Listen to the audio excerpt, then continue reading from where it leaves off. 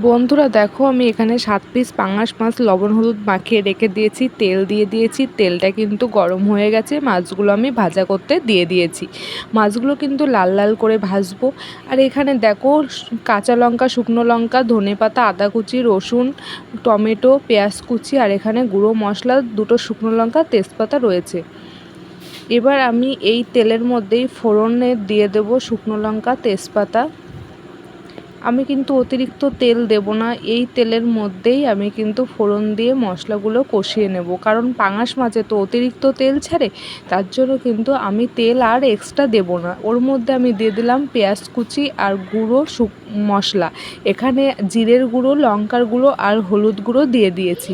দিয়ে এইগুলো কিন্তু আমি একটু ভালো করে কষিয়ে নেব। এই যে পেস্ট করা মশলাটা দিয়ে আরেকটু ভালো করে কষিয়ে নেব। আর কয়েক পিস কিন্তু আমি আলুও দিয়েছি। দিয়ে এই যে ভালো করে কিন্তু কষাচ্ছি।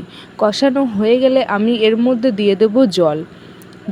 ঝোল যখন ফুটে যাবে তখন কিন্তু আমি পাঙাশ মাছগুলো এক এক করে দিয়ে দেবো। বন্ধুরা, তোমরা এইভাবে কিন্তু পাঙাশ মাছের মশলা কারি করে খেয়ে দেখতে পারো। যারা পাঙাশ মাছের নাম শুনলেই নাক ছিটকাও, যারা বলো যে পাঙাশ মাছ আবার কি করে খায়, তো এরকম এই রেসিপিতে তোমরা এরকম পদ্ধতিতে বানিয়ে দেখবে, তো সত্যি অসাধারণ লাগে। সবার শেষে আমি একটু গোটা গরম মশলা দিয়ে এই যে উপর দিয়ে ধনেপাতা ছিটিয়ে দিয়েছি। আমার কিন্তু পাঙাশ মাছের মশলা কারি কিন্তু রেডি বন্ধুরা।